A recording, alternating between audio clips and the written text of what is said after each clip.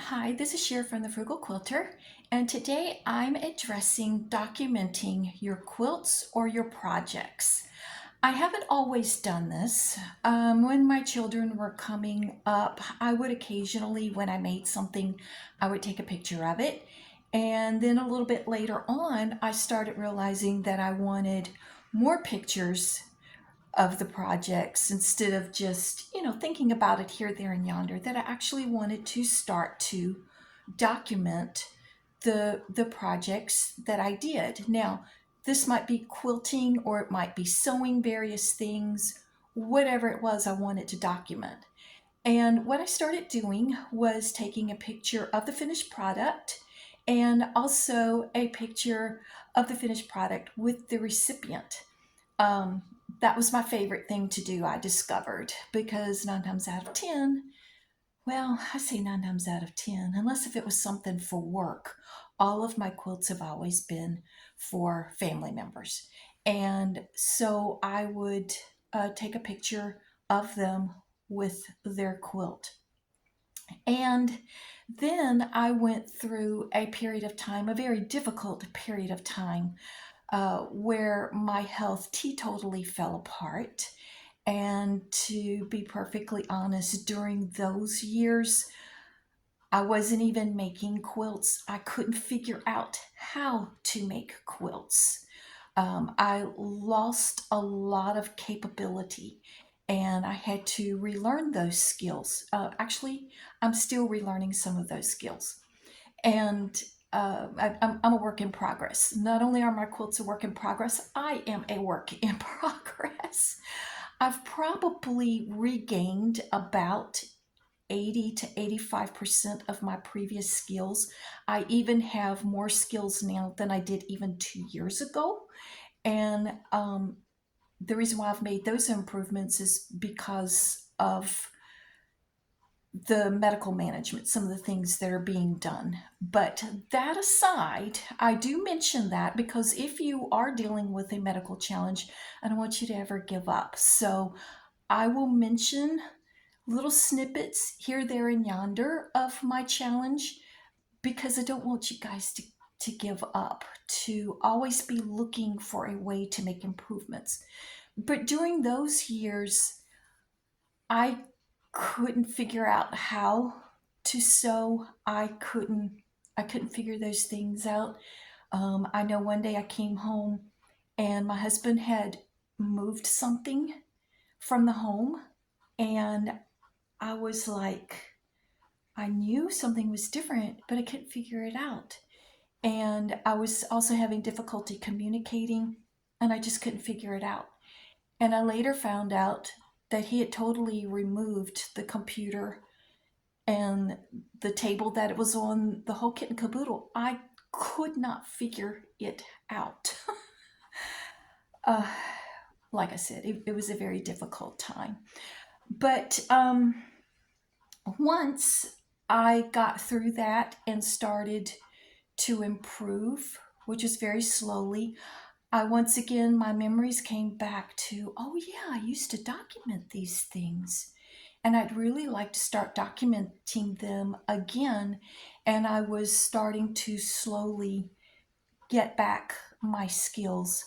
I'm talking about this was maybe 15 years ago, so relatively recent in the whole concept of things. And so yeah, I'd say it was about 15 years ago when I was able to start taking up quilting again. And I started working on relearning, trying to remember how I did things. I couldn't remember at first. I was having difficulty even threading a machine. I couldn't remember how to do it. It was just a struggle. But little by little, I've gotten better at it and I'm back to documenting again. This time, I'm doing it differently. This time, I'm actually using a sketchbook to document. I still like to document a picture of the recipient, although there was a quilt recently that I gave my second oldest son. That particular quilt is actually probably valued at a higher value than any quilt I have ever made because of its historical significance. But man, it was a bad job. I had so many challenges with that quilt, and I kept overcoming the challenge. And then all of a sudden, I got more lights in here. Um, I do have some visual challenges, and I got more lights in, and then I started noticing some discolorations on the fabric that I did not see before. I couldn't see it. I mean, if you can't see, you can't see. And then I started finding more and more and more. And I was like, oh my goodness. And I put so much time into this quilt because I was trying to make it uh, historically correct, if you will. And so then I'm like, okay, well, I've got to fix these discolorations. Now, discolorations in the dye and fabric is not unusual. That that happens pretty frequently. Maybe not quite as often as it used to years ago, but it does happen. And I have always been able to fix this, always. Usually, all I have to do is just get some fabric markers, markers that are made for fabric, get the exact color, go over it, set it. We're good, we're done. I tried that. It didn't. There was something about this fabric. It didn't. And in fact, it enhanced it. It made it worse. I was like, what on earth? I've never experienced this before.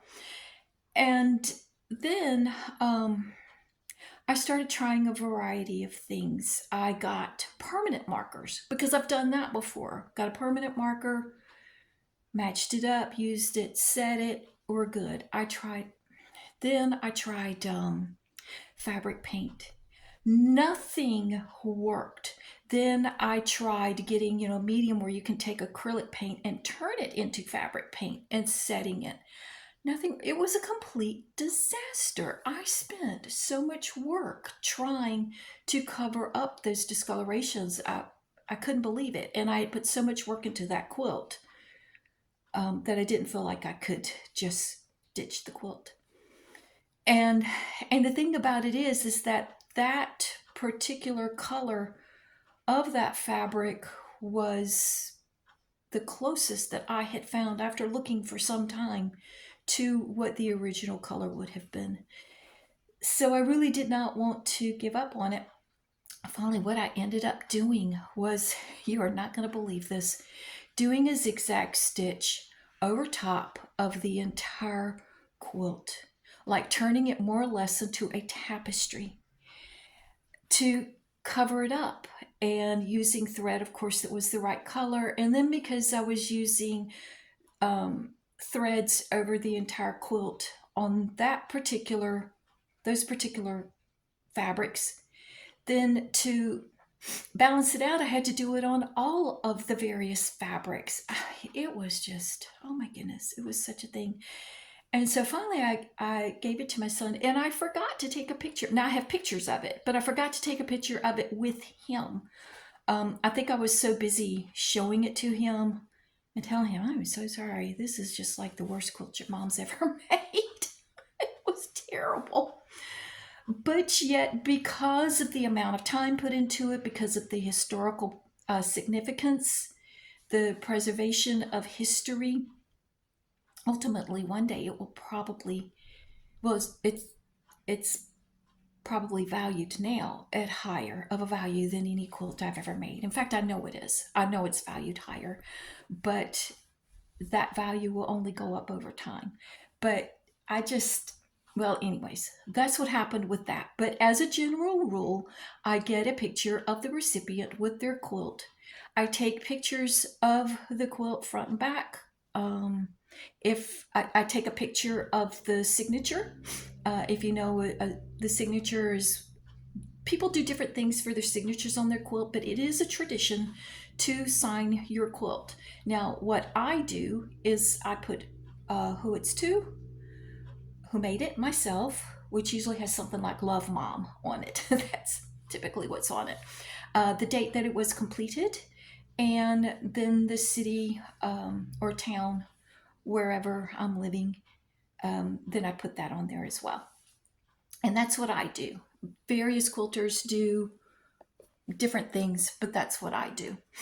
And so I have a picture of the front of the quilt, the back of the quilt, the signature, up close of the signature. And then when I give it to the recipient, I like a picture of the quilt with the recipient. Now, what I'm doing with those pictures is, boy, it's taking me a while. I'm kind of a little bit long-winded today, aren't I? What I'm doing with it these days is I have a sketchbook, and I am putting those pictures in the sketchbook. And sometimes I add some things in the sketchbook along with those pictures, like little pieces of fabric or whatever. Let me show you. Okay, this is what I'm using. It's just a regular sketchbook. The reason why I like to use a sketchbook is because if I want to draw on it, if I want to use markers, if I want to paint, whatever I want to do, I've got the sketch material to be able to do it with.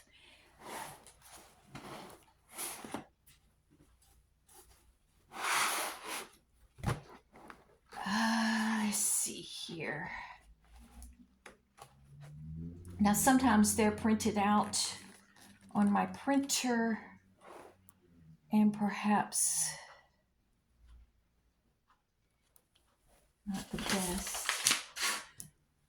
Let's see here.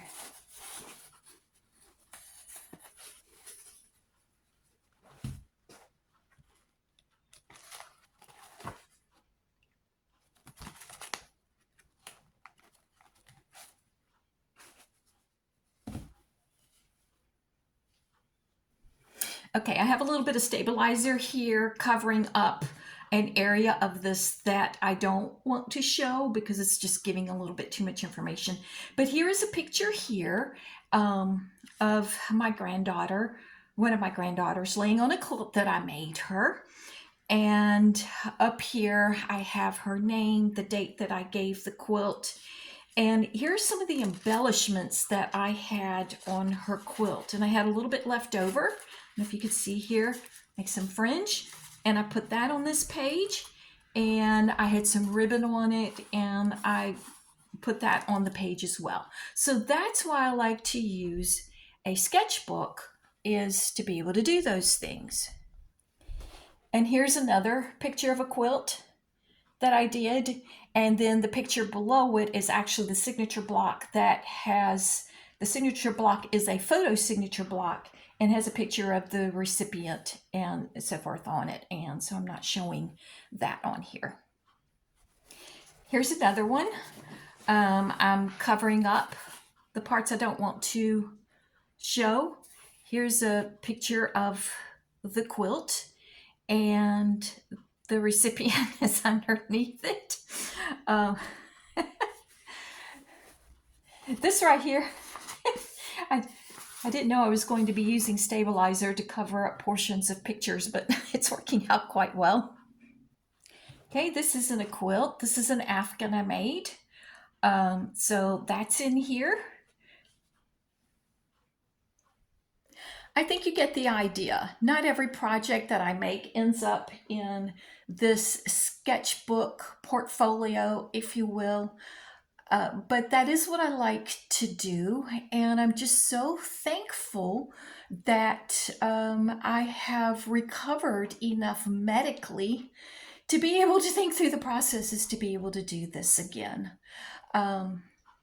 So I hope that was helpful to you guys. Another thing also is sometimes like I'll write things in there. When I do these projects as a general rule, I will, when I put it in the sketchbook, I will put down the size of the finished item. And if I think about it, I'll put in there how many hours it took to make it, because that's a sort of thing, you know, I kind of like to look back and be like, oh yeah, it took X number of hours to make that there. So you can just put anything in your documentation that you want to. Back when my children were coming up, I just put the picture of them receiving their quilt and a picture of their quilt. I just put it in a regular photo album, and that works perfectly fine. But then when I started wanting to add like little pieces of fabric, little remnants, um, where you can actually touch the fabric, and it's right there, very textile type of stuff added to it. That's when I switched to a sketchbook to be able to implement that a little bit easier. And sometimes it's almost like a little bit of a journal as well. I don't think I've really written in it for some time now, but I have at times written in it almost like a journal. And so I hope that's helpful. And thank you for watching, and I'll see you guys next time.